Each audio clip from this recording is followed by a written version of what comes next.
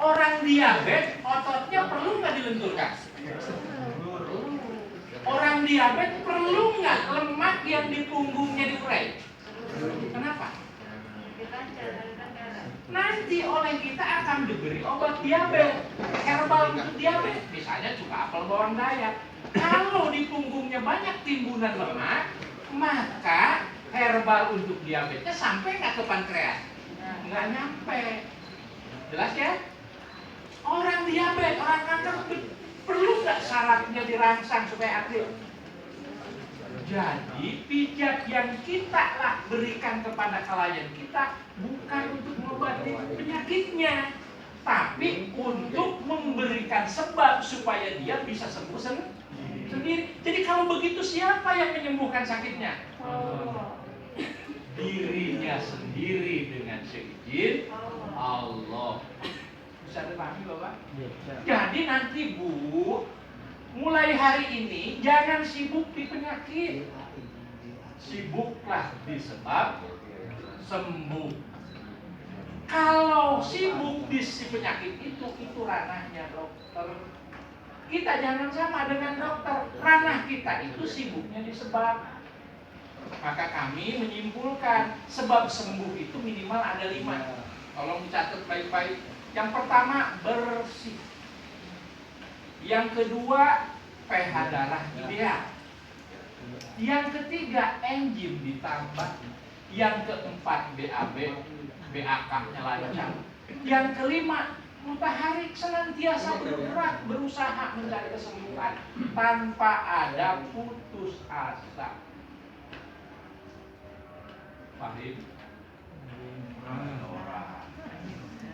Pahim. Oke, lagi sebab sembuh yang pertama apa?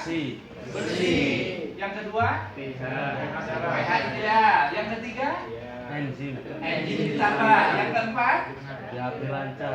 BAB bakal lancar. Yang kelima bergerak usaha. Terus bergerak berusaha ikhtiar, jangan putus asa. 5 itu sebab sembuh menurut kami. Oke, sekarang kita bahas satu persatu. Yang pertama apa tadi?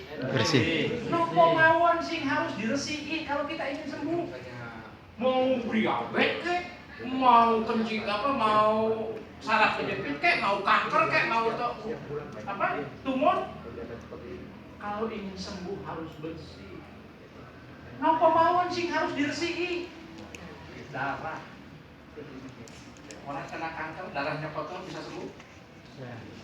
Bisa. Orang kena tumor, orang kena diabetes darahnya kotor bisa sembuh? Udah nggak usah sibuk ngurusin penyakit, pusing. Bukan ranah kita, sudah ada yang ngurusin tukangnya. Ya, kita sibuk saja bagaimana darahnya bersih. Yang kedua yang harus dibersihkan apa? Usus. Usus harus dibersihkan kalau mau sembuh. Nonsen. Sembuh nggak bakal sembuh kalau ususnya kotor. Yang ketiga yang harus dibersihin apa? Sel. Kalau sel kita banyak kotoran, mitokondria tak dapat mengubah gizi menjadi energi. Kita makan sebagus apapun, kalau mitokondria tidak bisa mengubah gizi menjadi energi, tidak akan ada kemajuan. Apalagi yang harus dibersihkan? Punggung. Banyak jurnal kesehatan menerangkan, ternyata ketika darah dipompa oleh jantung, sebelum darah itu didistribusikan ke seluruh organ, dia harus melewati punggung. Terminal utama aliran darah adanya di punggung. Saya punya pasien, kepala cabang Bank Mandiri. Setelah dia berolahraga, dia merasa tidak bisa napas, dibawa ke rumah sakit. Singkat cerita, tahu-tahu labnya diganti pakai platina. Begitu platina telah terpasang, semakin menjadi keluhannya tidak selesai-selesai. Antara dokter yang satu dengan dokter berdebat. Kenapa langsung dibongkar? Kenapa langsung diganti? Kenapa ini original? Orangnya, pasiennya yang bingung. Akhirnya oleh keluarganya dibawa ke tempat kami.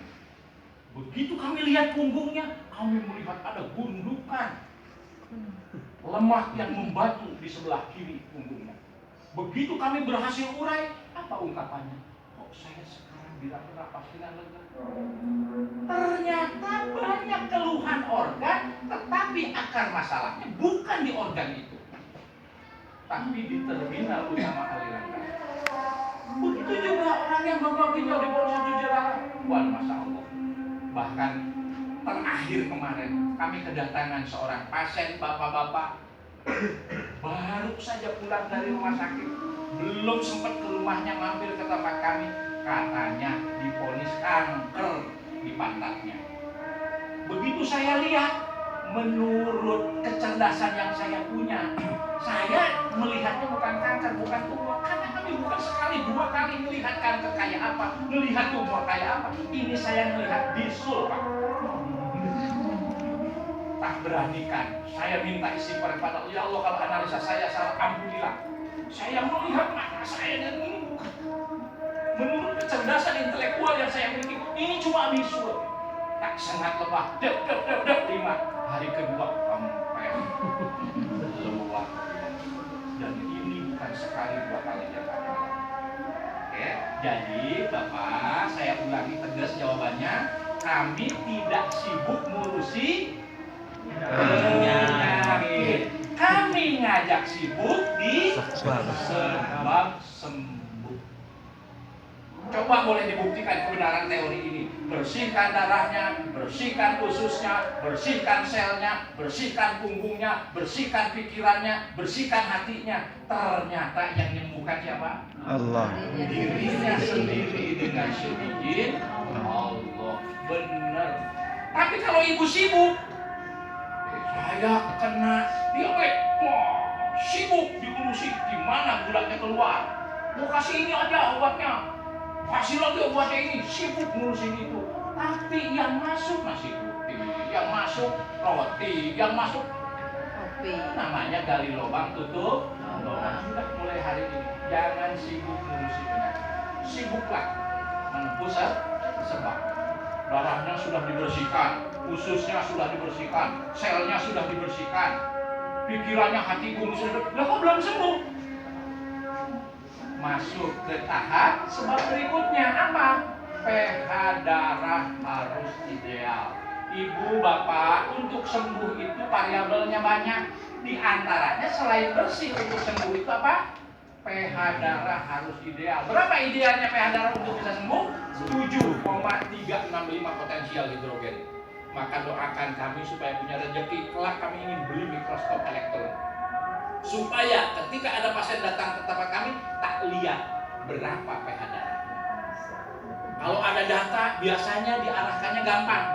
Tapi kalau nggak ada data, ngeyel. Antara percaya dan nggak percaya. Masih belum, pH-nya sudah diperbaiki dengan memperbanyak makanan pembentuk basa dan membatasi makanan pembentuk asam. Kok belum sembuh juga, Ustaz? Kok belum sembuh juga, Bapak? Berhenti? Jangan. Masuk ke sebab berikutnya, enzimnya ditambah. Karena banyak riset menjelaskan, ternyata untuk sembuh butuh enzim. Coba, ibu makan nasi tanpa enzim amilase, nasi bisa diserap? Tidak bisa. Ibu makan telur, makan daging, makan susu tanpa enzim protease di dalam lambung bisa diserap? Termasuk sembuh juga butuh enzim.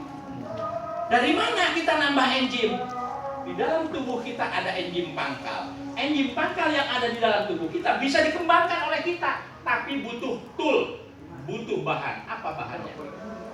Biogenik, makanan hidup. Maka kalau ibu ingin nambah enzim, perbanyak makanan hidup, batasi makanan mati. Masih belum sembuh juga gimana? Masuk ke sebab berikutnya. Periksa BAK-nya lancar nggak? Periksa BAB-nya lancar nggak? Dan seterusnya. Jadi saya teruskan sekali lagi, jangan bergerak, jangan sibuk, jangan repot di akibat. Sibuk repotlah di sebab. Jelas gak, Pak? Tentang enzim tadi, yang makanan hidup dan makanan mati, bisa diperjelas. Bila Bapak memetik sayur, sayuran itu baru dipetik, belum kena api, maka disebut biogenik. Gen sayuran itu masih hidup. Ketika dimakan, maka keuntungan yang didapat oleh kita dua. Satu, dapat konten yang ada pada sayuran itu sendiri, dapat juga daya hidup. Nah, makanan seperti itu merupakan bahan bagi tubuh kita untuk mengembangbiakkan enzim prototip yang dibutuhkan oleh tubuh kita. Yang jelas ibu sebagai penyehat harus ngerti bahwa untuk sembuh kita butuh tambahan enzim. Bisa nggak kita mengembangkan enzim tubuh kita sendiri? Bisa, asal ada bahannya. Bahannya apa? Makanan hidup. Itulah maka Allah berfirman, "Fandur ila ta'amika wa syarabika lam yatasana." Kalau mau sembuh, mau sehat, makanan dan minuman itu yang original. Kalau makan sayur, seperti sayur itu masih ada di tangkainya. Nah, Pak Dedi, udah membantu saya. Oke, perhatikan. Sayuran ini baru kemarin sore saya petik. Ya, memang sudah ada perubahan karena bakteri pembusuk sudah masuk. Tetapi lumayan, belum kena api. Apakah ini gennya masih hidup? Kita buktikan. Kita buktikan kalau ini gennya masih hidup. Perhatikan HP saya.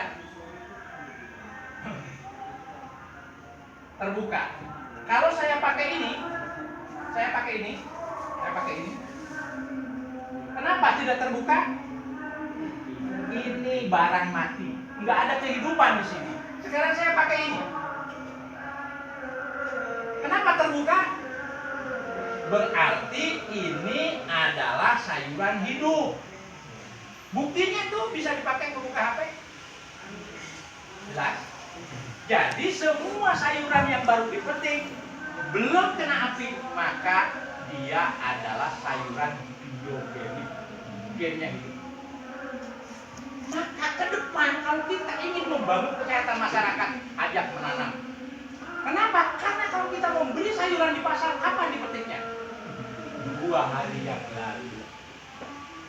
Jadi kalau kita ingin semakin sehat, sayuran yang dimakan itu baru dipetik. Kami di sana belajar, berusaha mendidik diri. Kalau mau makan, cari dulu sayurannya, tetap baru dipetik. Luar biasa, tak dapat digantikan. Oleh karena itu, original harus ditempatkan nomor 1. Baru kemudian enak rasanya. Jelas?